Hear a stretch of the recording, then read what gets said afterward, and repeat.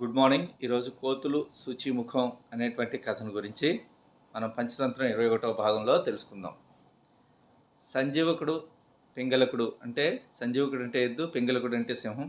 వీరిద్దరి యొక్క స్నేహాన్ని వారవలేక కరటక దమనులు అంటే నక్కలు, అందులో దమనకుడు ముఖ్యంగా వీరిద్దరి స్నేహాన్ని ఎలాగైనా సరే విడగొట్టాలి. రాజుగారు ఈ సంజీవకుడు వచ్చిన దగ్గర నుంచి మమ్మల్ని పట్టించుకోవట్లేదు కాబట్టి ఎలా అయినా విడగొట్టాలని చెప్పి రాజుగారి దగ్గరికి వెళ్ళి సంజీవకుని శిక్షించండి, మీరు వద్దన్న వాళ్ళని చేరదీశాడని చెప్పగా నువ్వు వెళ్ళి రాయభారం చేయని పంపించాడు. పంపిస్తే దమనకుడు సంజీవకుడి దగ్గరికి వెళ్ళి రాజుగారు నీ మీద చాలా కోపంగా ఉన్నారు, నువ్వు కానీ ఆయన కాళ్ళ మీద పడి క్షమాపణ కోరినట్లయితే కనుక నిన్ను శిక్షిస్తారు, నువ్వు చేసిన పని అస్సలు బాగోలేదు అని చెప్తాడు. చెప్తే వెంటనే సంజీవకుడు దేంటి నేనేం తప్పు చేశాను, నేను ఎలాంటి తప్పు చేయలేదు, అయినా రాజుగారు చెప్పుడు మాటలు వినడం ఏంటి, వాళ్ళు వీళ్ళు చెప్పిన మాటలు విన్నా రాజు అసలు రాజే కాదు, ఎవరి మాటలు వినుకో, రాజు అన్నవాడు మంచి చెడులు ఆలోచించుకోవాలి కానీ చెప్పుడు మాటలు వినకూడదు, ఎవరేం చెప్పినా నమ్మేవాడు రాజు కాదు, అయినా సరే నేను అందరికీ మంచి జరగాలని కోరుకుంటాను, నేను ఎవరికి ఏ అపకారం చేయను కాబట్టి, రాజుకి చాలా సేవ చేశాను కాబట్టి నేను క్షమాపణ చెప్పమని నేను అడగను, రాజు మంచివాడే కానీ చుట్టూ ఉన్న వాళ్ళందరూ కూడా మంచివాళ్ళు కాదని చెప్పి కాకి పులి నక్క కథ, అలాగే ఒంటె, ఫూలిష్ క్యామెల్ ఒంటె కథ ఇవన్నీ కూడా చెప్పడం జరిగింది. ఆ తర్వాత దమనకుడు చెప్పి ఫైనల్గా ఈ ఎద్దు రాజుతో యుద్ధానికి చేయడానికి సిద్ధపడింది. అప్పుడు దమనకుడు ఏమన్నాడంటే, రాజు బలాబలాలు నీకు తెలియవు, ఈ అడవిలో మన పింగళకుడే అత్యంత బలవంతమైనటువంటి రాజు, కాబట్టి రాజుగారికి లొంగిపోవడం తప్పితే వేరే మార్గం లేదు, లొంగిపో అన్నాడు.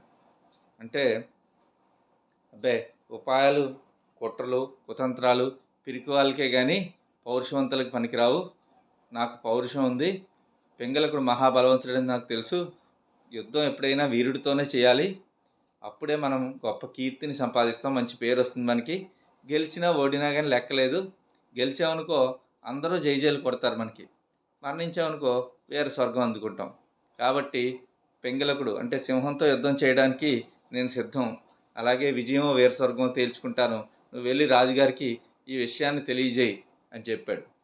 చెప్తే ఈ నక్క దమనకుడు మనస్సులో సంతోషంగా ఉన్న, మిత్రమా నీ ఇష్టం, మళ్ళీ నేను చెప్తున్నాను, నువ్వు రాజుగారితో యుద్ధానికి వెళ్తున్నావు అనుకుంటోంది, మనసులో మాత్రం నేను వేసిన ఎత్తిగడ బాగా పారింది అని చెప్పి సంతోషిస్తూ రాజు వద్దకు ఉరుకులు వేసుకుంటూ వెళ్ళి, మహారాజా నేను సంజీవుడి వద్దకు వెళ్ళాను కదా, మీ యొక్క విషయం అంతా కూడా చెప్పాను, అయినప్పటికీ కూడా ఏమాత్రం లెక్క చేయలేదు, కళ్ళు నెత్తికెక్కేసాయి, మిమ్మల్ని బుద్ధిహీనుడని, మంచి చెడు తెలియనివాడని, అవివేకని, మూర్ఖుడని, నీచుడని, మీకు లొంగి సలహం చేయడం ఇంకా సాగదని చెప్పాడు, అంతేకాకుండా మీతో పోరాడి విజయమో వీర స్వర్గమో తేల్చుకుంటానన్నాడు, అదే తన అంతిమ కర్తవ్యం అన్నాడు.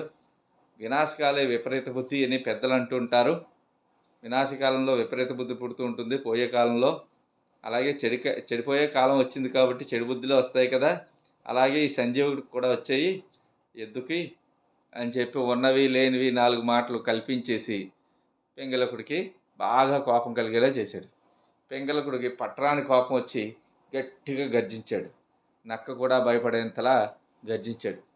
అలాగే నక్క భయపడింది. ఇంతలో అదే సమయంలో సంజీవకుడు వచ్చి గట్టిగా రంకి వేశాడు. సింహం గర్జిస్తే సంజీవకుడు అంటే ఎద్దు రంకి వేసింది.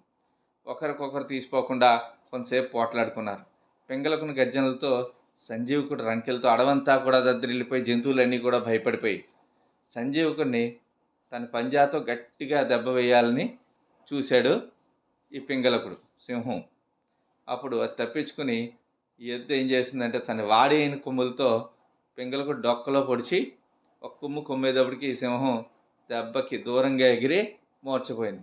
ఇదంతా గమనిస్తున్నటువంటి కరటకుడు దమనకుని యొక్క సోదరుడు అనమాట. ఇదంతా చూస్తూ, నీ మాటలు విని మన రాజు కూడా ఎన్ని పాటలు పడుతున్నాడో చూడు, సరైన మా సలహా ఇవ్వలేదనుకో ఎవరైనా సరే రాజులు కూడా చెడిపోతారు, నీ స్వలాభం కోసం రాజును అందరితో ఆలోచించకుండా చేసావు, సాధు స్వభావం మంచి పాపం సౌమ్యుడైనటువంటి సంజీవకుడికి ప్రాణం మీదకి తెచ్చావు, ఇలాంటి పాప పనులు మానుకోమని చెప్పినా కానీ నువ్వు వింటలేదు. నీలాంటి మూర్ఖులకు మంచి మంచి చెప్పేవాడు పనిచేయడు. అలాంటి హితం అంటే మంచి మంచి చెప్పేవాడు కోతులకు బుద్ధి చెప్పబోయి శుచిముఖంలా ప్రమాదానికి గురవుతాడు. ఒకవేళ నీకు మంచి చెప్తే నా పరిస్థితి అలాగే అవుతుంది. ఆ కథ చెప్తాను వినోని కథ చెప్పడం మొదలుపెట్టాడు. కొంతకాలం క్రిందట ఒక చెట్టు మీద శుచిముఖం అనేటువంటి చిన్న పక్షి ఉంది. అది చాలా తెలివైంది. అయితే ఆ సమీపంలో చెట్ల కింద చాలా కోతులు కూడా నివసిస్తున్నాయి అన్నమాట. చలికాలం వచ్చింది. చలికాలంలో చలి ఎక్కువగా ఉంది.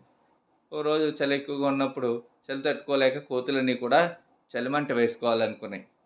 అవి కొన్ని మినుగురు పురుగులను చూసి నిప్పు అనుకుని వాటి చుట్టూ కూర్చుని చలి కాచుకుంటున్నాయి. అప్పుడు దూరం నుంచి ఎవరు చూశారు? శుచి ముఖం చూసింది. ఈ కోతులు తెలివి తక్కువతనానికి పక్కపక్క నవ్వింది.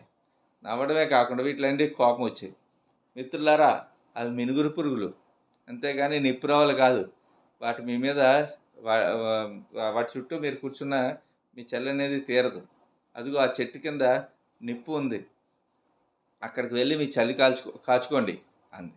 అంటే నువ్వు ఎంత ఉన్నావు అని చెప్పి కోతులు కోపం వచ్చి, నోరు మూసుకో, చూడబోతే చిటికెడంత లేవు, నువ్వు మాకు నీతులు చెప్పేదానివా?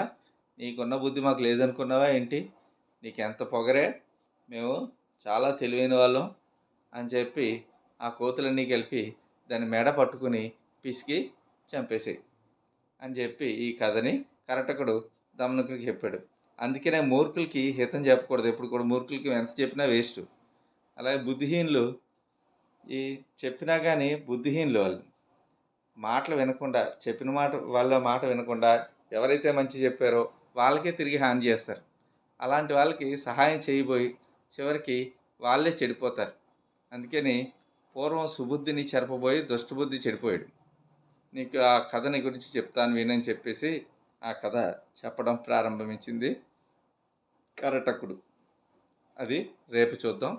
థ్యాంక్ యూ అనండి.